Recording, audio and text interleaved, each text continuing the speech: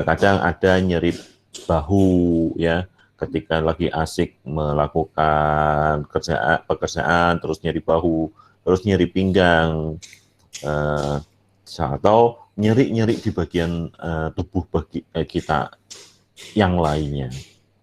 Lalu apa itu sebenarnya nyeri? Nah, definisi nyeri ini sebenarnya sudah dikeluarkan sudah lama sekali, dan pada tahun 2012 itu ada organisasi yang fokus pada nyeri, namanya International Association for the Study of Pain. Dalam pertemuan itu dicetuskan suatu definisi tentang nyeri adalah suatu pengalaman sensoris dan emosional yang sifatnya tidak menyenangkan.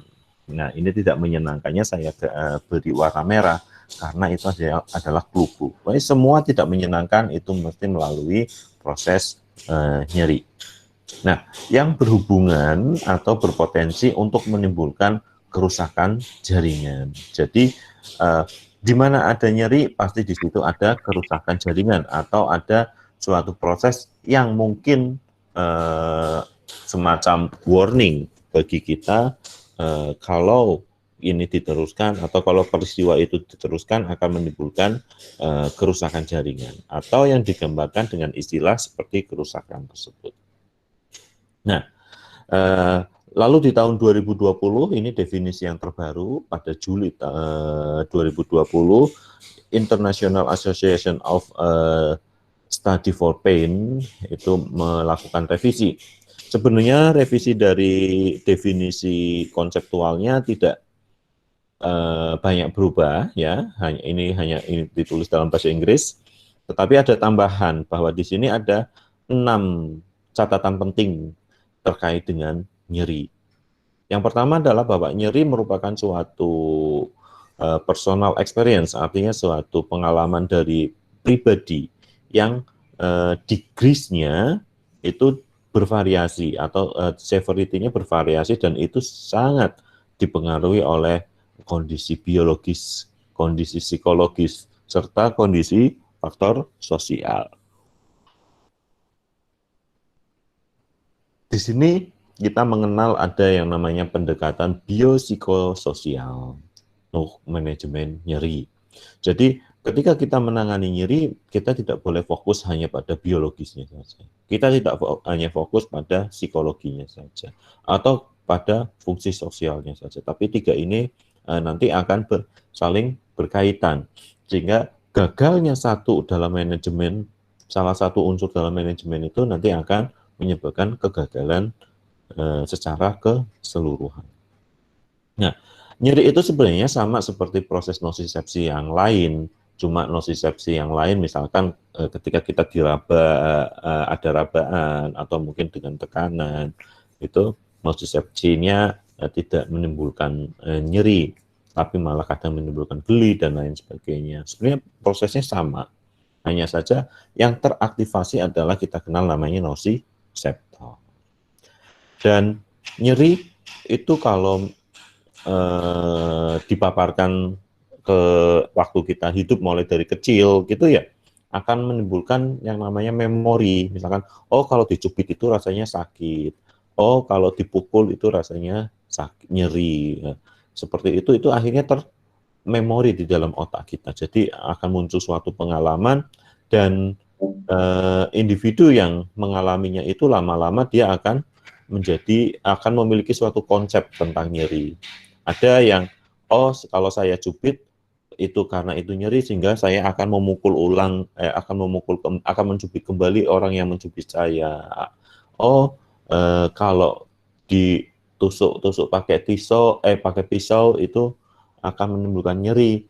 Berarti kalau setiap nyeri saya reaksinya seperti ini ya, dia akan melakukan suatu melakukan konsep dan akhirnya bisa jadi suatu kebiasaan.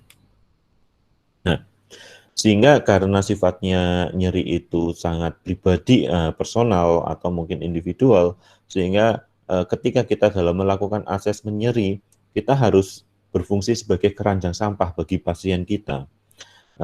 Kita harus mendengarkan secara respect ketika pasien itu melaporkan, Jangan mengatakan, oh si pasien ini lebay, nyerinya sedikit sebenarnya kok reaksinya sangat hebat sekali sampai seperti itu.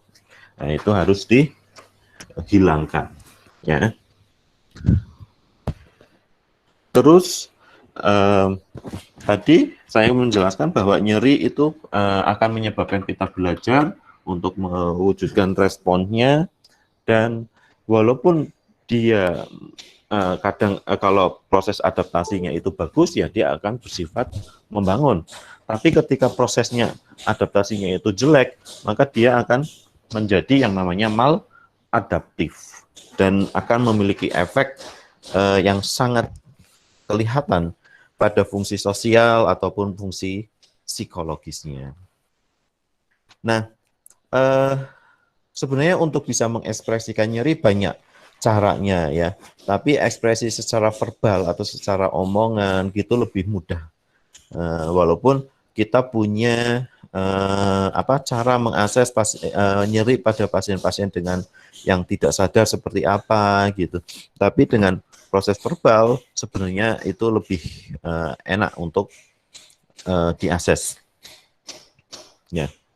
Nah, sekarang klasifikasi nyeri. Banyak sekali klasifikasi nyeri ini.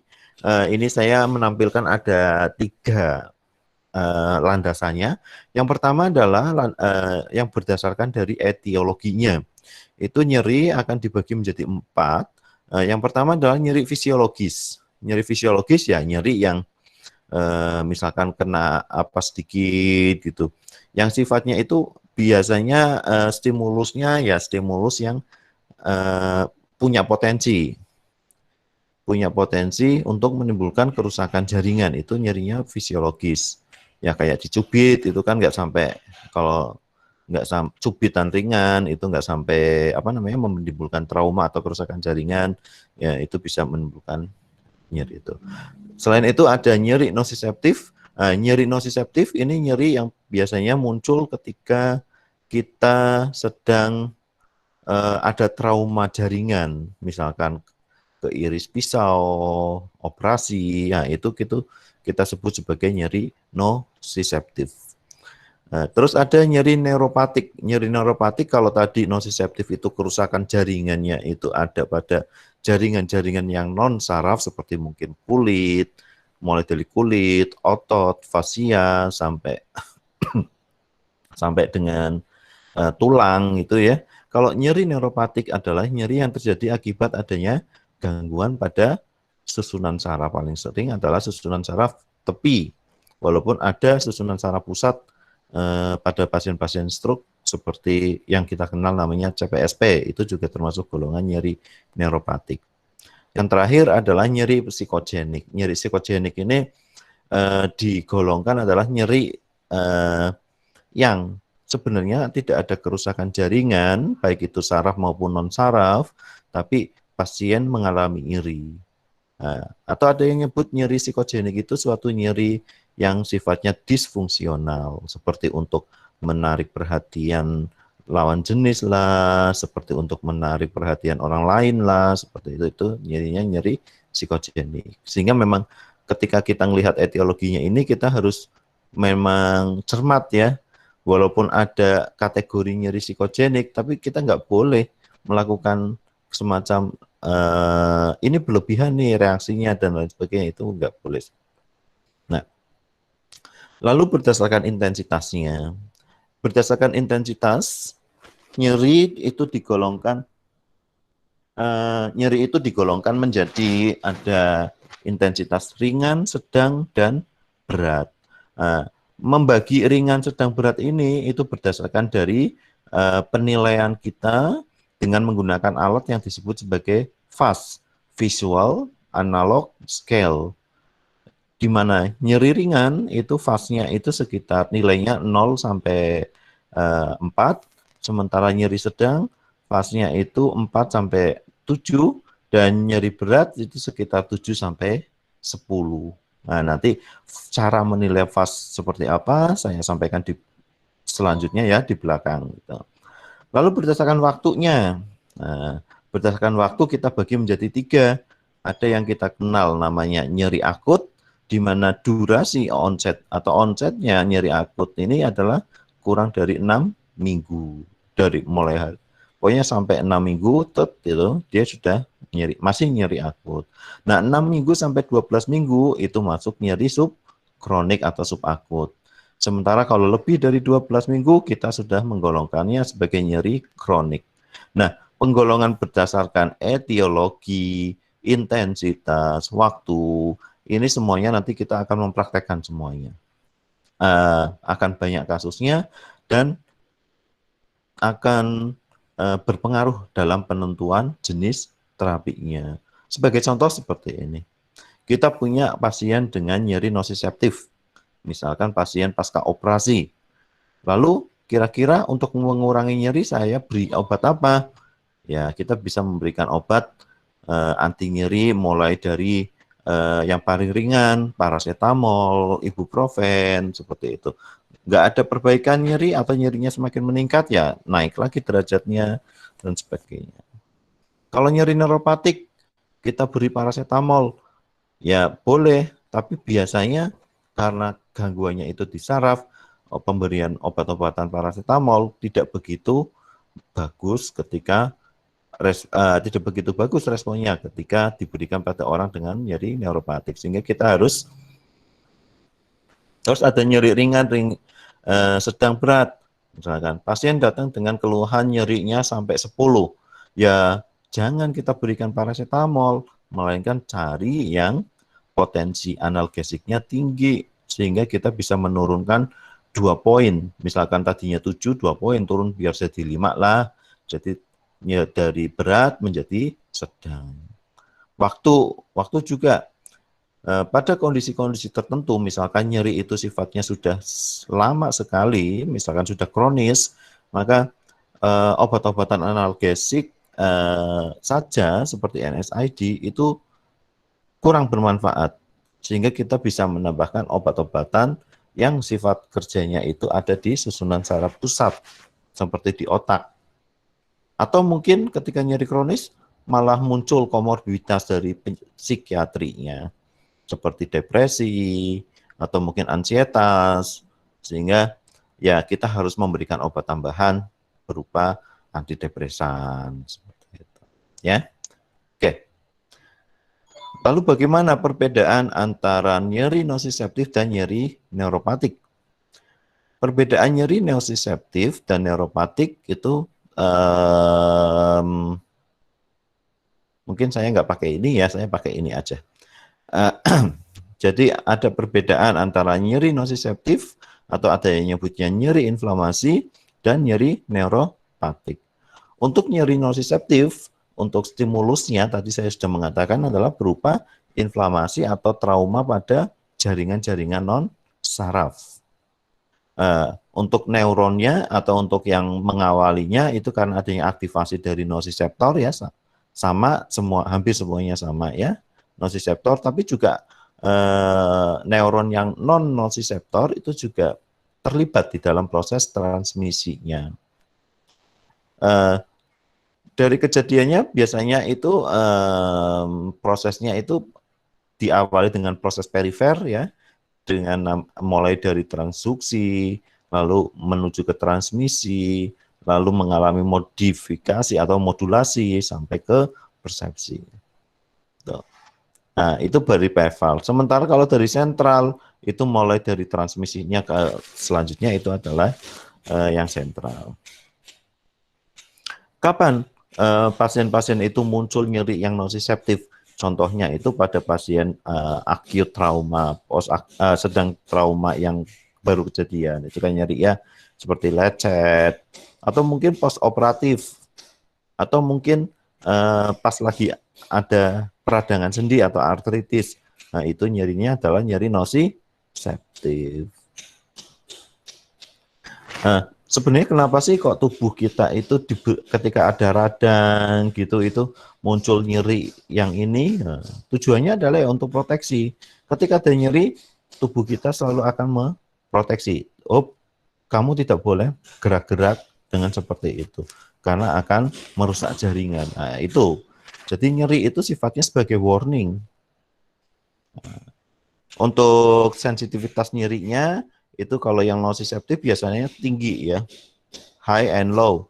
Bisa high ketika operasi misalkan ya tanpa obat bius, itu ya termasuk high threshold. Terus ada nyeri neuropatik. Nyeri neuropatik stimulusnya itu berupa kerusakan pada saraf, bisa proses pinching, atau bisa proses irritation. Untuk neuronnya sama, yakni ada nociceptor dan juga non-nociceptor. Nah, proses kejadiannya di mana? Sama, mulai dari perifer sampai ke sentral. Sentral ini berarti mulai medula spinalis sampai ke otak, ya. Jenis-jenis nyeri neuropatik itu apa saja? Banyak, ya. Salah satunya itu ada yang dikenal sebagai neuropati diabetik, ya. Shingles itu postherpetic neuralgia, atau mungkin adanya jepitan pada saraf di daerah pergelangan saraf medianus, namanya carpal tunnel syndrome, atau mungkin di kaki namanya tarsal canal syndrome, atau mungkin di terowongan guyon namanya guyon syndrome, atau mungkin ada yang namanya de Quervain. Nah, itu semua itu karena ada jepitan-jepitan saraf. Nah, itu akan muncul nyeri yang disebut sebagai neuropathic pain. Nah, fungsinya ya kalau ada nyeri neuropatik itu berarti sifatnya udah patologis. Kenapa? Karena udah jelas saraf itu rusak. Kalau sarafnya belum rusak tidak akan muncul nyeri. Nah, pain sensitivity-nya itu masuk ke low threshold. Karena ada mekanisme tertentu yang menyebabkan apa? Menyebabkan threshold untuk nyeri itu turun. Nah, yang terakhir itu ada yang disebut sebagai nyeri disfungsional atau nyeri psikogenik, atau yang kita kenal namanya nyeri nosiplastik. Kalau nyeri nosiplastik itu muncul pada susunan saraf pusat. Kenapa? Karena di situ ada disfungsi. Nanti ada jarasnya gimana kok nocicepsi itu dari mulai bawah bisa sampai ke pusat, sampai ke otak. Terus di otak mau ngapain lagi? Ya, itu nanti ada gambarnya. Nah, neuronnya kalau yang ini masih yang sifatnya nociceptor, kayak yang ini malah non-nociceptor. Artinya saraf-saraf yang biasa itu yang menimbulkan nyeri. Nah, biasanya pada kasus-kasus seperti fibromialgia, ya, jadi nyeri-nyeri otot yang kadang munculnya kram-kram gitu ya. Nah, itu terapinya termasuk nosiplastik, jadi akan berbeda. Atau mungkin nyeri-nyeri lain seperti pasca trauma yang kita kenal namanya regional pain. Sifat dari nyeri yang nosiplastik itu secara fungsional atau ya termasuk yang patologis. Dan thresholdnya sangat rendah karena ada proses sensitisasi sentralnya. Nah, lalu bagaimana kok kita bisa merasakan nyeri? Nah, supaya bisa merasakan nyeri, maka saraf kita itu ada yang dikenal namanya serabut saraf peka nyeri ya. Itu ada 3 yang disebut sebagai serabut C, alfa delta, dan alfa beta. Yang paling tebal adalah alfa beta. Diameternya itu lebih dari 10 mikrometer. Dari struktur mielinnya itu kalau yang C itu tidak bermielin. Nah, dari kecepatan hantar sarafnya urut dari C, alfa delta, alfa beta itu mulai lambat, medium, dan pelan. Nah, ketiga serabut saraf ini kalau kita lihat di medula spinalis itu akan saling gabung, akan saling overlapping, di mana serabut C itu banyak ditemukan pada lamina nomor 2. Sementara serabut alfa delta itu pada warna ungu ya, mulai 3 sampai 5. Dan yang alfa beta itu sama seperti alfa delta. Nah, lalu gimana perjalanannya nyeri itu? Diawali dari adanya yang disebut sebagai nosisepsi, akan terjadi proses yang kita kenal namanya transduksi, dilanjut dengan penghantaran dari impuls yang di ujung-ujung ini ya, itu berupa konduksi atau ada yang lalu ada proses transmisi di mana badan selnya itu bertemu dengan dendrit, dia bertemu dengan akson, di situ ada celah sinapsnya dan di situ akan ada pengeluaran dari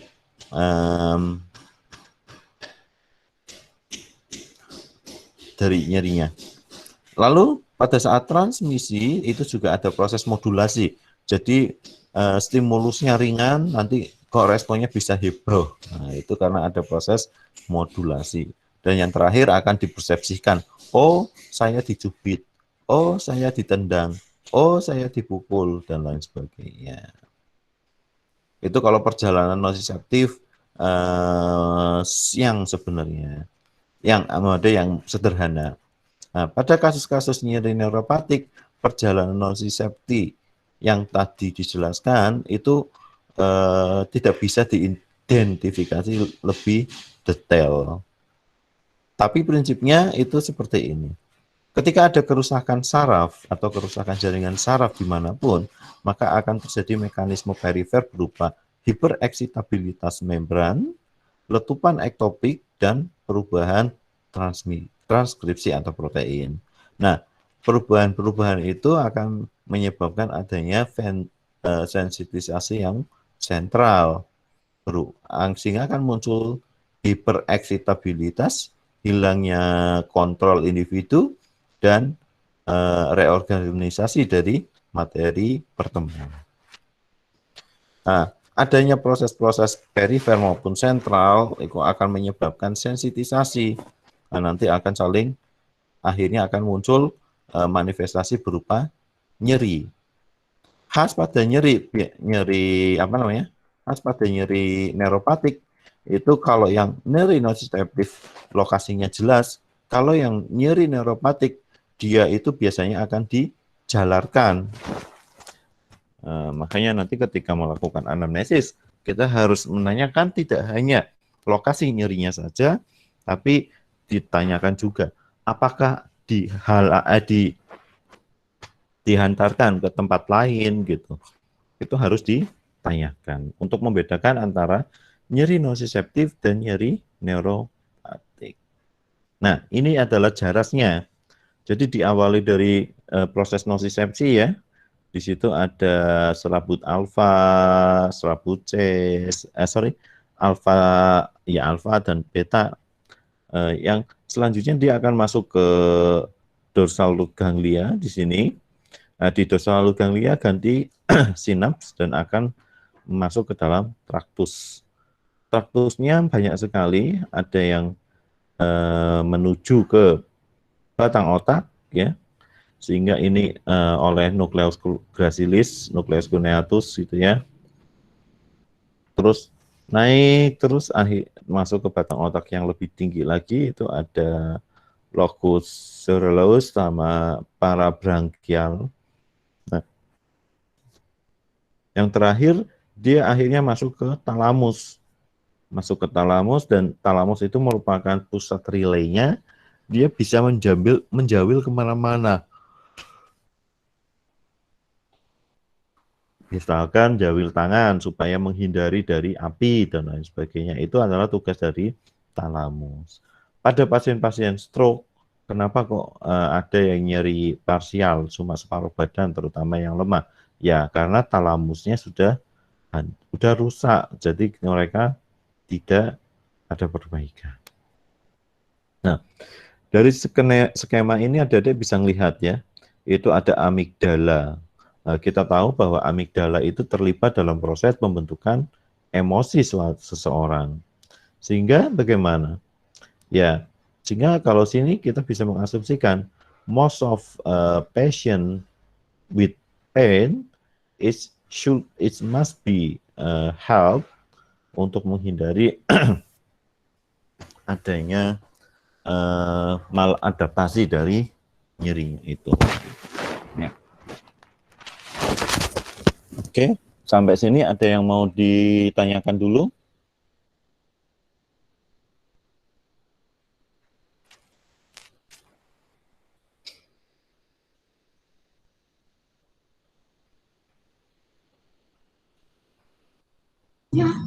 Belum ada mungkin, Dok.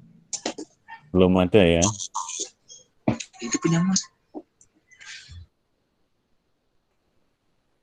Oke, ya saya lanjutkan lagi. Kurang beberapa slide selesai. Mungkin sampai jam 12 selesai. Nah, di dalam nyeri kita mengenal ada segitiga interrelationship antara nyeri, tidur, dan juga gangguan psikiatri, terutama ansietas dan depresi. Nah, ini yang harus digaris bawahi. Nah, nyeri itu bagi orang itu merupakan suatu stresor. Ya. Kalau stresor itu tidak ditangani dengan bagus, dengan baik, maka dia akan muncul nyeri kronis. Dan nyeri kronis pasti akan menyebabkan gangguan tidur berupa paling sering adalah insomnia. Kenapa? Karena adanya stimulasi-stimulasi pada glutamanergik, saraf, atau serotonin, atau mungkin norepinefrin atau noradrenalin. Ini akan terjadi disregulasi sehingga menyebabkan gangguan tidur. Gangguan tidur juga akhirnya dia akan muncul depresi. Depresi nanti bisa menghambat proses penata laksanaan nyeri kronis, ya dia akan masuk kronis, akhirnya muter-muter kan. Akhirnya muter-muter tidak diputus-putus. Nah, ketika kita melakukan terapi, maka kita harus memutus salah satu panah-panahnya ini. Misalkan gangguan tidurnya juga diputus, atau mungkin nyerinya itu diputus. Gitu. Nah, kenapa sih kok bisa mengganggu ini? Ya, tadi sudah dijelaskan karena adanya dirilisnya atau menyebabkan tidak seimbangnya neurotransmitter 3 ini, tapi secara detail adalah ini. Pada kondisi nyeri yang disebabkan misalkan karena trauma fisik atau mungkin karena trauma yang lain, ya, kan dia akan mengaktifkan nocicepsi. Ya. Proses nocicepsi masuk ke central nociception primer, akhirnya lalu sebagian akan menuju ke limbik. Nah, di limbik itu akan mengaktifasi jaras-jaras yang ada di limbik. Sehingga limbik sistem ini dia akan mengaktifasi dari HPA axis, hypothalamus pituitary axis. Nah, ketika HPA aksisnya turun, berarti di situ kortisol atau itu akan turun. Kortisol turun akan menyebabkan apa? Ya, dagingnya jadi nggak enak untuk dimakan karena ada nyeri. Nah, adanya stimulasi dari sistem limbik ini, maka akan muncul gangguan-gangguan berupa ansietas, depresi, sleep dysfunction, atau mungkin sampai gangguan kognitifnya. Nah, selain dari gangguan psikiatri juga ternyata nyeri akan menimbulkan gangguan pada proses tidurnya. Nah, di mana perjalanannya atau mekanismenya melalui stresor akan menyebabkan teraktivasi dari hipotalamus ke pituitari, ya, HPA, akan dikeluarkan glukokortikoid. Nah, glukokortikoid ini dia punya efek macam-macam. Salah satunya adalah pada sistem imun. Dia akan menurunkan sistem imun. Sehingga ya bisa juga muncul infeksi. Demikian juga untuk metabolisme, untuk gluconeogenesis, atau mungkin yang lain. Lalu bagaimana manajemen nyeri? Manajemen nyeri prinsipnya adalah pertama kita lakukan diagnosis. Diagnosis untuk mendapatkan tipe nyerinya sehingga lebih enak untuk menterapi. Di dalam mendiagnosis, di dalam wawancara medisnya kita harus memperhatikan ini. Listen, look, and locate. Listen kita benar-benar mendengarkan keluhan pasien dan diarahkan pasien ini untuk menjawab pertanyaan-pertanyaan ini. PQRST, penyebab nyerinya, kualitas nyerinya, regionya di mana, subjektivitas dari nyeri bagaimana, terus muncul nyerinya kapan atau onsetnya gitu ya. Dan selain itu juga kita harus melakukan anamnesis yang lain seperti masalah-masalah medis yang berhubungan dengan nyeri. Misalkan pada orang dengan diabetes kok nyeri terus, nah, ya kita harus menggali diabetesnya juga terkontrol atau tidak. Selain itu juga kita harus mencari masalah-masalah yang mempengaruhi pemilihan terapi nyeri. Misalkan pasien datang dengan keluhan nyeri, tapi dia itu sebagai sopir. Nah, ketika dia sebagai sopir kan nggak mungkin kita memberikan obat-obatan anti kejang karena mungkin nyerinya itu kronis atau mungkin nyerinya itu dari neuropatik. Kita berikan obat seperti diazepam, diazepam pagi. Akhirnya jadi apa? Jadi ngantuk, nyopir bisa berbahaya. Selain itu juga kita harus menanyakan riwayat kecanduan dari obat. Nah, kalau yang sering itu kan riwayat alergi ya. Nah, kalau nyeri kita tidak boleh melupakan ketergantungan obatnya. Ada nyeri yang disebut sebagai medication overuse yang disebabkan itu penyebabnya adalah karena dia ketergantungan obat. Atau mungkin ada kondisi yang namanya alcohol withdrawal itu benar-benar menyebabkan nyeri. Nah, setelah anamnesis barulah kita melakukan pemeriksaan fisik untuk konfirmasi verifikasi dari keluhan pasien. Pemeriksaannya ya fokus pada somatosensorik, raba, vibrasi, suhu, nyeri. Ini semuanya nanti akan dinilai di Skilab ya. Nah, setelah anamnesis tadi ya, kita melihat kualitas. Ketika melihat kualitas, maka kita artinya melakukan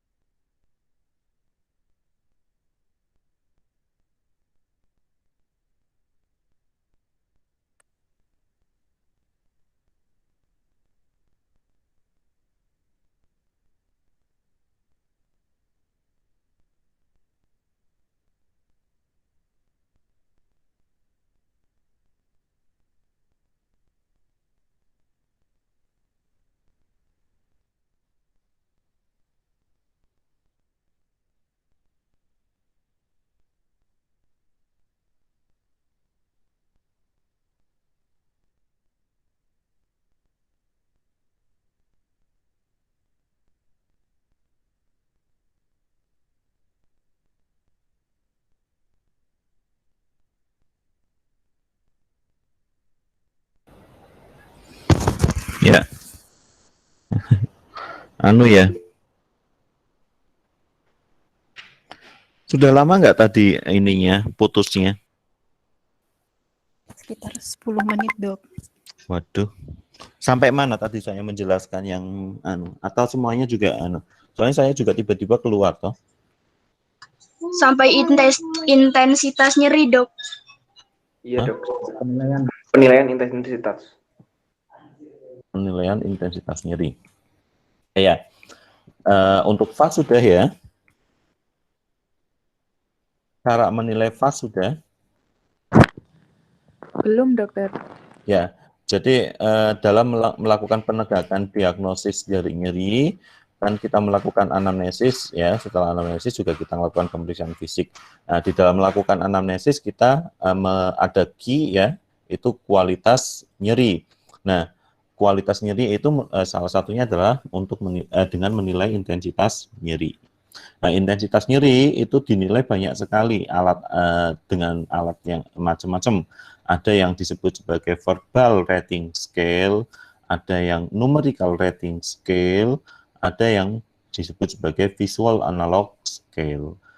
Yang paling sering digunakan adalah visual analog scale. Visual analog scale itu bentuknya seperti ini. Caranya itu begini. Kita membuat garis sepanjang 10 cm, ujung pertama kita tulis 0, ujung satunya kita tulis 10. Lalu, di mana 0 itu merupakan lambang bahwa ini tidak nyeri, sementara 10 adalah nyeri yang sangat maksimum. Setelah itu kita minta ke pasien, pada saat ada serangan nyeri, kira-kira mau memberikan titik nilai yang di sebelah mana? Apakah di sini, atau di sini, atau dimanapun gitu ya. Setelah itu baru apabila sudah memberikan titik itu, kita kasih tanda diukur mulai dari 0. 0 sampai berapa? Apakah sampai 3, 0 sampai 4, atau 0 sampai 5, atau bahkan sampai 10. Itu adalah intensitas nyeri. Variabel-variabel lain atau cara untuk menilai intensitas nyeri itu juga ada yang pakai face pain rating scale ya, atau mungkin untuk anak-anak yang usianya kurang dari 3 tahun kita bisa menggunakan FLACC scale. Nah, di dalam melakukan tata laksana nyeri itu memang sifatnya harus multidisiplin ya. Sekarang kalau mau melakukan akreditasi rumah sakit, kita harus punya yang namanya tim manajemen nyeri. Fungsinya nanti dari tim manajemen nyeri itu banyak sekali ya, diharapkan jalan. Untuk tata laksananya sebagai tenaga medis, maka pada prinsipnya adalah kita melakukan kontrol terhadap nyeri. Kontrolnya dengan cara apa? Pertama jelas kita melakukan evaluasi secara komprehensif terlebih dahulu. Identifikasi, terus ini ada beberapa prinsip ya, Dede bisa baca sendiri. Nah, baru kita melakukan intervensi dengan menggunakan analgesik. Cara penggunaan analgesik itu kita prinsipnya menggunakan WHO step ladder ya, berdasarkan dari intensitas nyerinya tadi. Kalau mild ya berikanlah cukup NSAID saja.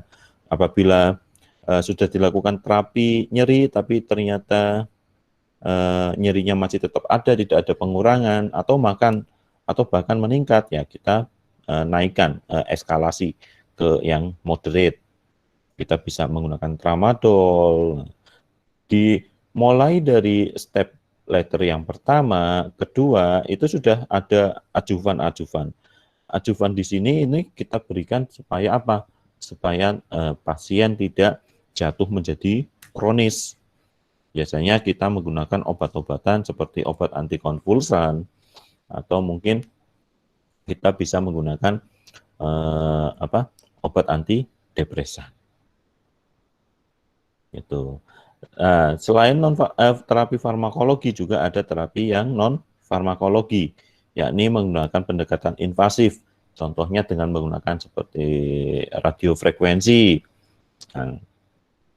Atau mungkin kita sambil memberikan terapi farmakologi, kita combine dengan menggunakan CBT, Cognitive Behavioral Therapy, atau terapi psikologi lainnya.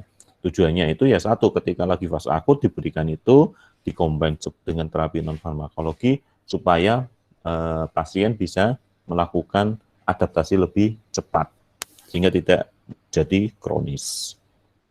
Nah, selama melakukan terapi, kita juga harus tetap melakukan evaluasi atau monitoring dari terapinya. Beberapa hal ya yang terkait dengan penggunaan obat ya kita lakukan evaluasi ini. Selain itu juga kita harus melakukan screening terkait dengan gangguan psikologinya.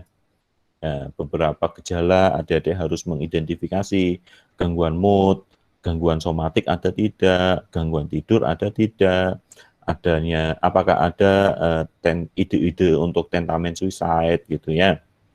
Dan tidak kalah pentingnya lagi, kita juga harus melakukan asesmen atau melakukan evaluasi pengaruh nyeri dalam kehidupan sehari-harinya, terhadap hubungan personalnya bagaimana, aktivitas sehari-harinya bagaimana, pekerjaannya bagaimana. Ini harus diperhatikan. Ya, sampai tata laksana nyeri, kira-kira ada yang mau disampaikan?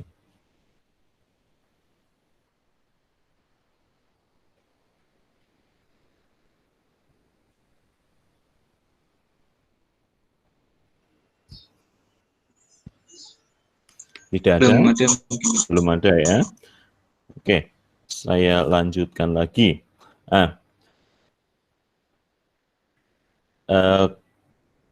Jadi secara garis besar bahwa ketika kita mendapatkan pasien dengan nyeri, maka kita harus melakukan pengkajian nyeri yang secara komprehensif. Kapan sih pengkajian nyeri komprehensif ini dilakukan? Ya dikerjakan setiap kali ketemu pasien, kita selalu menilai ulang.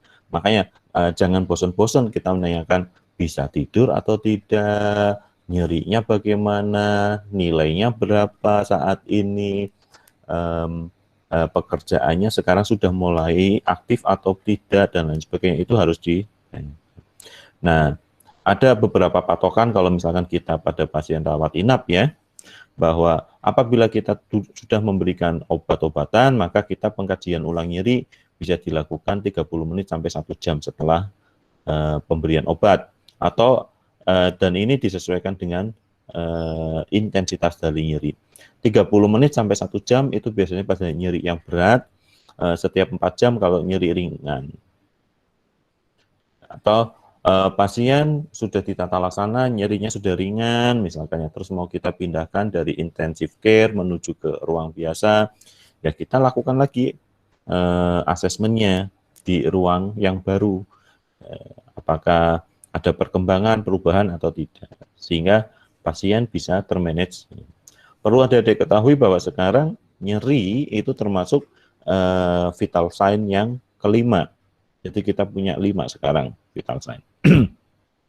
Khusus untuk gangguan-gangguan jantung, ya seperti pada infark miokard itu kita berikan penilaian selama setiap 5 menit sekali.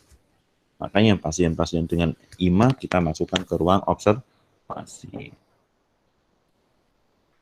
Oke. Dari kuliah ini take home message-nya ya, yang pertama bahwa nyeri adalah suatu fenomena yang sifatnya individual akibat adanya kerusakan jaringan atau potensi kerusakan jaringan. Pengkajian nyeri akut yang komprehensif itu sangat diperlukan supaya tidak jatuh menjadi kronis yang bisa menyebabkan kondisi maladaptif, perilaku maladaptif seperti pasiennya jadi lebih manja dan lain sebagainya. Nah, itu harus dicegah. Nah, terus tata laksana nyeri itu sifatnya sangat individual, jadi tidak bisa digeneralisir. Oke, ya, sampai sini kuliah saya sudah selesai. Ada yang mau didiskusikan?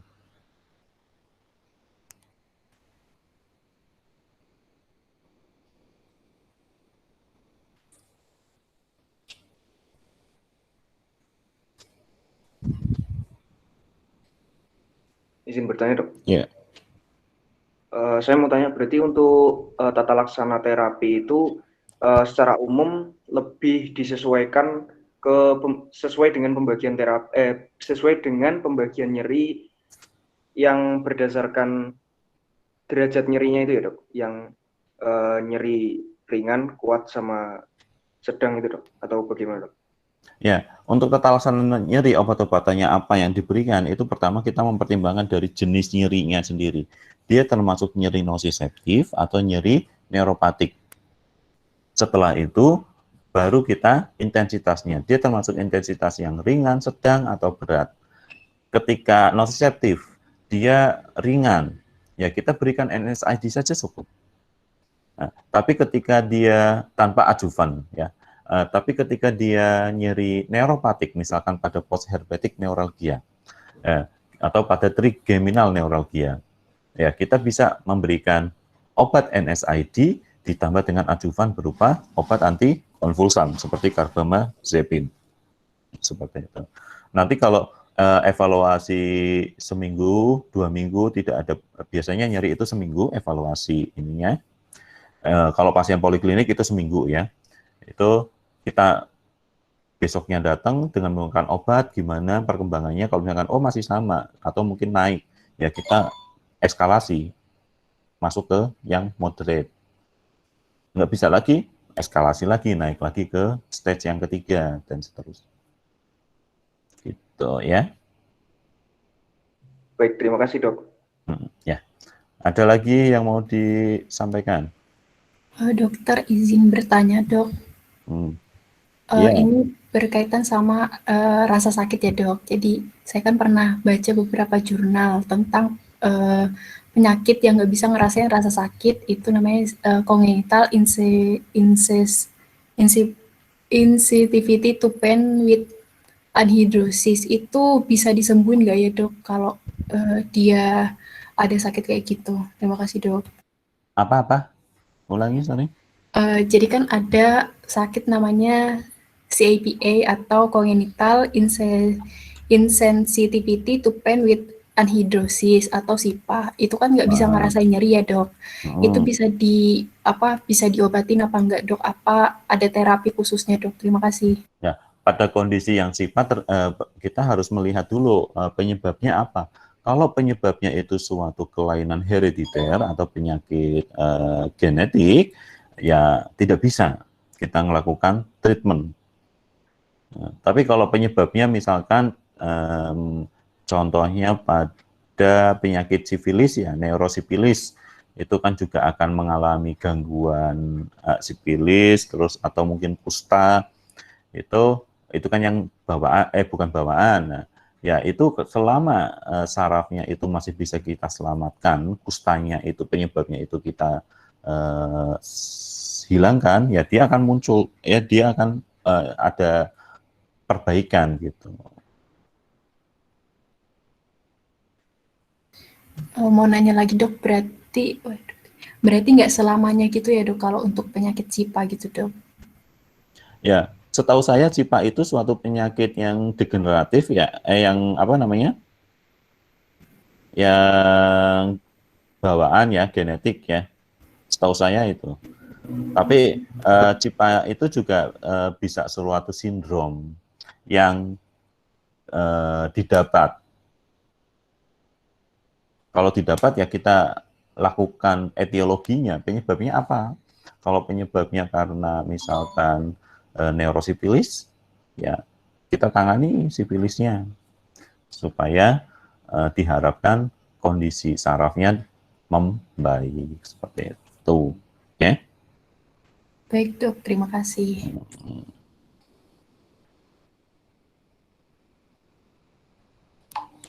Oke, ada lagi yang mau didiskusikan?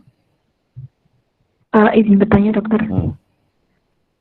Jadi kan kalau dari tools-tools yang dokter kemukakan tadi yang untuk membantu menilai nyerinya itu berarti kan kayak subjektif gitu ya dok, kayak tergantung pasiennya yang ngerasain gitu ya dok. Nah kalau ada nggak sih dok tools yang kayak objektif gitu dok untuk menilai nyeri gitu? Oke.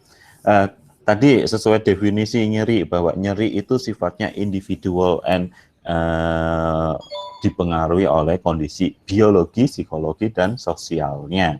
Jadi memang penilaian nyeri itu sifatnya subjektif, tidak objektif, nggak ada objektif. Kalau misalkan tapi pada pasien-pasien dengan penurunan kesadaran, misalkan pasien dengan sebelum koma ya, yang masih bisa respon dengan nyeri itu, kita bisa melihat ini pasiennya ada kondisi nyeri, sehingga kita perlu memberikan obat analgesik. Caranya bagaimana? Itu kita bisa melihat kondisi tensinya. Ketika tensinya bagaimana? Oh, ternyata kita kelola tensinya dengan obat-obatan dosis misalkan sudah maksimal gitu ya. Ternyata kok nggak turun-turun tensinya. Nah, ini mungkin ada kondisi nyeri. Ternyata terus kita berikan obat injeksi nyeri, misalkan dengan katakanlah dextromethorphan atau mungkin ketorolac gitu, ternyata berkurang, tensinya turun dengan terapi yang sama. Oh, berarti itu nyeri. Nanti kita evaluasi nyeri anunya seperti itu. Tapi kalau pada orang sehat itu memang dikatakan verbal description is the best the best expression for the pain, untuk mengekspresikan nyeri. Jadi memang subjektif. Oh, baik dok, terima kasih dokter. Ya, sama-sama. Oke, ada lagi yang mau disampaikan?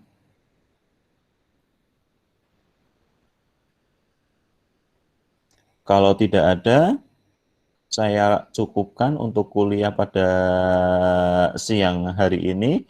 Mudah-mudahan bermanfaat ya. Berarti saya masih ada satu materi tentang infeksi susunan saraf pusat ya, infeksi pada neurologi ya. Iya dokter. Itu kapan? Tanggal 14 jam 1 dok. 14 jam 1. Saya jam 1 ya. Jam 1. Oh ya, mudah-mudahan bisa. Mudah-mudahan nggak bentrok lagi seperti ini. Nanti saya kabari untuk ininya ya. Dokter. Ya. Saya akhiri ya. Wassalamualaikum warahmatullahi wabarakatuh. Waalaikumsalam. Waalaikumsalam warahmatullahi wabarakatuh. Terima kasih. Terima kasih dok.